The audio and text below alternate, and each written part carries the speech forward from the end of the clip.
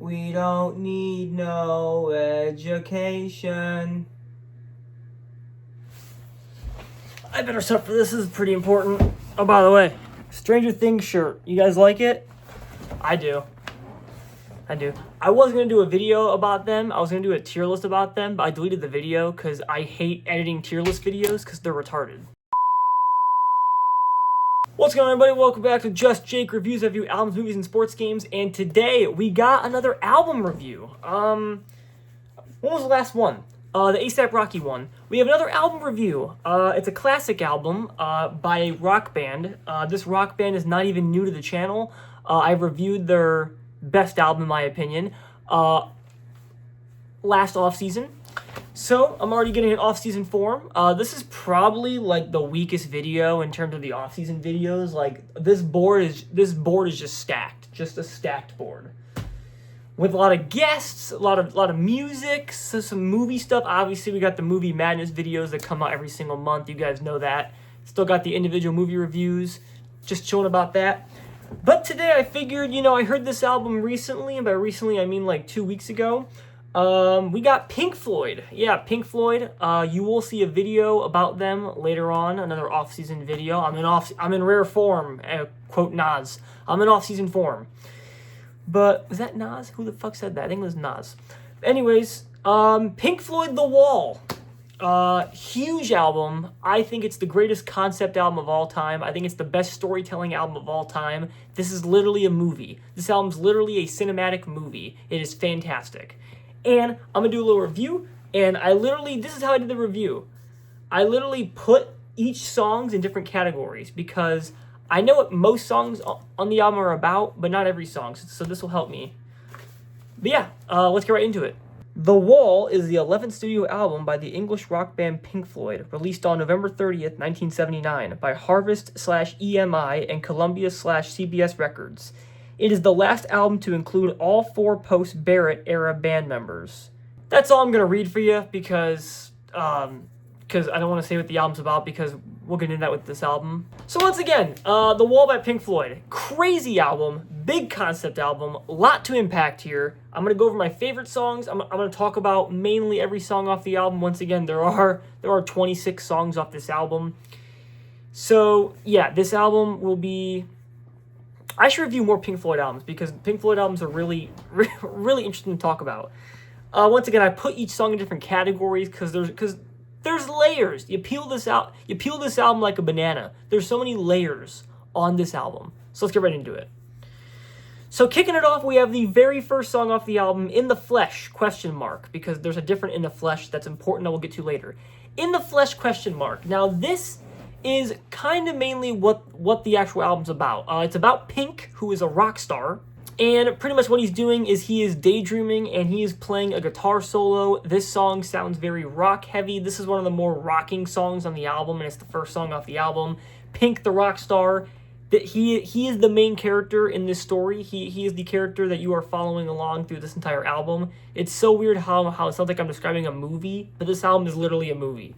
So yeah, one of the more rock heavy songs. You could also tell that, deep down it is just kind of seems like a transition track because this song isn't too crazy, but Pink is the person you follow. Now let's move on. Where should we start? Let's start with mothers, right? The moms, the parents. Let's talk about his depression. Well, he has other depression periods through this album. Let's talk about the depression about his parents, right? Parents. We all have them. Well, hopefully. We all love our moms. We all love our dads. They're important on this album. So the Mother tracks. So you have 2 on this album. You have Thin Ice and Mother. Of course, Mother is, him thinking about what his mom did when he was a kid. Mother, do you think that song.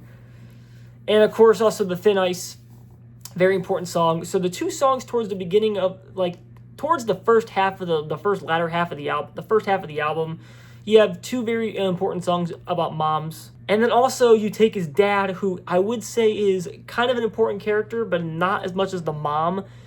This is actually where the first ever Under the Brick in the Wall part comes in. The Brick in the Wall part 1, his dad's death did not help him go throughout childhood. So what he's doing is he's building a metaphorical wall to block himself from all the memories. Hence the first part of Brick in the Wall. Now, so we are going literally from his life. It's literally like a biography. So we're literally going from his life. So he is now a child. So once again, we talk about his mom, how he loves his mom. His dad dying did not help. That's why he's building the metaphorical wall. Now he's in school, and he's being traumatized. He's being bullied in school. He's being bullied in school, and he's being bullied by his teachers, hence the song The Happiest Days of Our Lives. Being bullied by his teacher, getting made fun of, which is just adding on to his childhood trauma he's already getting. This is actually where Brick in the Wall Part 2 leads in, which is one of the most iconic songs and probably the second most popular song off this album. Everyone knows this song.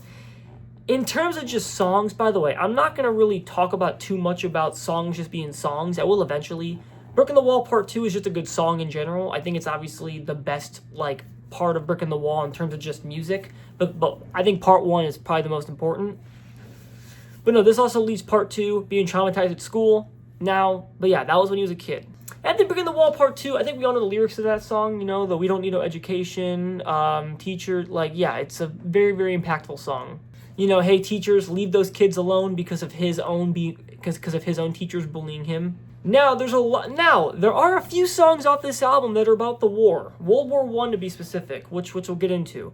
So, we have Goodbye Blue Sky, which is about World War I. He's thinking about the war and what happened in the war.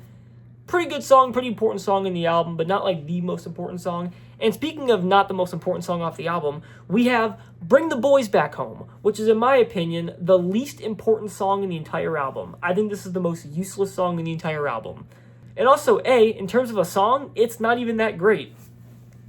And we already have that main World War I song with Goodbye Blue Sky. So Bring the Boys Back Home is my least favorite song off the album. Just to put it out there right now. Now we got the second stage of his life where he is now officially an adult. He's now officially a grown man, and he gets married, right? There are a lot of songs about, his significant other on this album, some positive, some negative. Empty Spaces is, of course, another song where he's thinking about his wife. Yeah, Empty Spaces, just him thinking about his wife, they just got married, and then shit hits the fan real quick. Like the song Young Lust, which is basically another good song, just song. It's a very good rock song, Young Lust, one of the most underrated songs off the album, if not the most underrated song off the album. Young Lust, you have his wife cheating on him. So basically, the song is he has sex with a girl because his wife cheated on him. So, yeah. And then you have one of the most gruesome songs on the entire album. I shouldn't say gruesome. One of the most, brutal songs on the album in terms of the meaning. You have the song Don't Leave Me Now, which is about him. So they're already done now. Don't Leave Me Now is a song where Pink is thinking about his wife, and he is thinking about hurting her, or SA. I put SA, but it's on the lines of SA. Really bad abuse. You also have that weird middle section in the album that I actually really like, for example, like the song One of My Turns, where he takes a girl who's a fan, a groupie, he takes a fan back to his hotel room and just fucking scares the shit out of her, goes fucking haywire. I love that part of the album. It's probably not the most liked part of the album, but I really enjoy that part of the album. And then also you have Goodbye Cruel World, which is he finishes the wall. We got through all three parts of Another Brick in the Wall. He finishes the wall with Goodbye Cruel World. Then you got the few songs off the album where he's thinking about life, He's just thinking about contemplating, living and doing all that stuff. Like, for example, my favorite song off the album, Hey You. I love this song. One of my all-time favorite Pink Floyd songs. Amazing. Amazing vocals, great. Alongside the songs, Is There Anybody Out There, and Vera. Nobody Home is a pretty interesting song, a song where he is basically bored out of his mind and he is basically homesick, so he is doing activities to comfort himself, He's just doing, I forget what he says in the song, but it's how he comforts himself because he's thinking about life a lot. Doing a lot of second guessing. Here we go, we have the drug part. We have the drug part. So now on this album, of course it's the 70s, we got some hallucination done on this album. We have Comfortably Numb, which is the most popular song off the album and probably everyone's favorite, or if not close to everyone's favorite Pink Floyd song. I don't blame you, it's a good song. It's not my top 5, but it's a good song.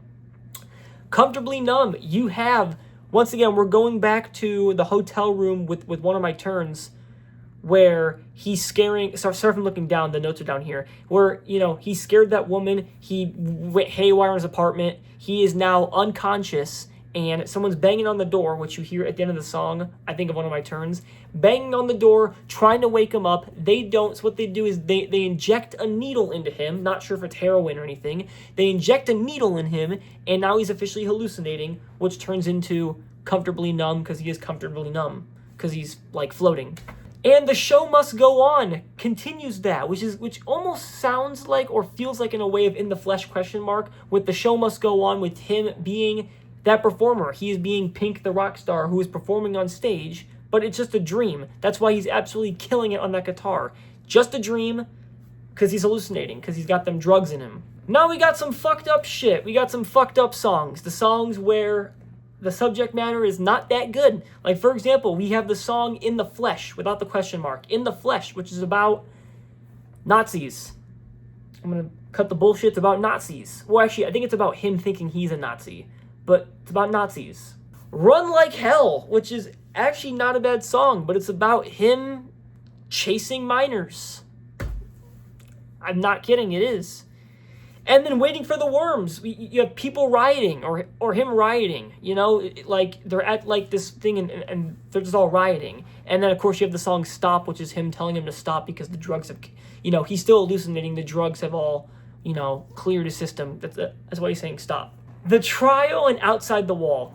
Who doesn't love The Trial? I'm a big fan of The Trial. The Trial is an amazing song. It's got this, like, musical-esque way with, like, the instrumental, but you could definitely, I don't know why, but this is the only song where it kind of sounds like it was taken from a movie. And I understand that they have sort of a movie for The Wall. I think they should do, like, a proper one where it's like you get to follow Pink. I'd see that in a heartbeat. The Trial, I love The Trial, great song. Outside the Wall is him leaving, and that's how the album closes out. Another key detail we probably haven't, you know, really noticed was on Outside the Wall, which is the very last song off the album, the last remaining few seconds where it sounds like it's going to end, you hear a subtle, isn't this where? It's very quiet, but you could definitely hear him say, isn't this where? But in the very first track on the album, In the Flesh ? Before the song starts, it's for the first second of the song, you hear a very subtle, we came in, ? Very quiet. So which means the last song ends with isn't this where? First song, we came in, ? Isn't this where we came in? Which means this album is a loop.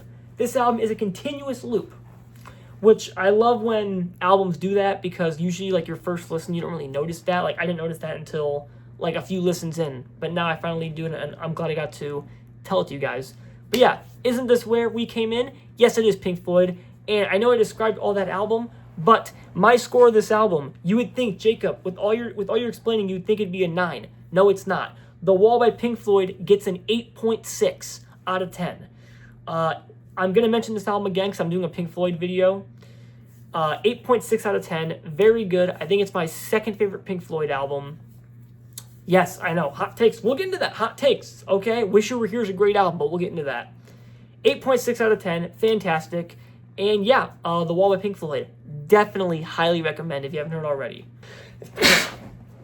That's going to be all for today's video. Hope you guys enjoyed the video. Like, subscribe, comment, do all that fun stuff. You know, I'm still trying to gain more subscribers. You know, this off-season content, hopefully it kicks off. I really enjoy the off-season content. Trust me, I love sports as the last person, but talking about football talking about football 2 videos a week kind of got tiring. So I'm glad I get to relax, release some stress, and talk about some non-football stuff that happened, or talk about some non-football stuff that I'm interested in, whether it be music, movies, all that stuff. I do have 2 sports videos. I have 3-ish sports videos coming up that are about football, stuff like that, but it isn't required, but they're fun, you'll see. That'll be all for today's video, and hope y'all enjoyed the video, and peace.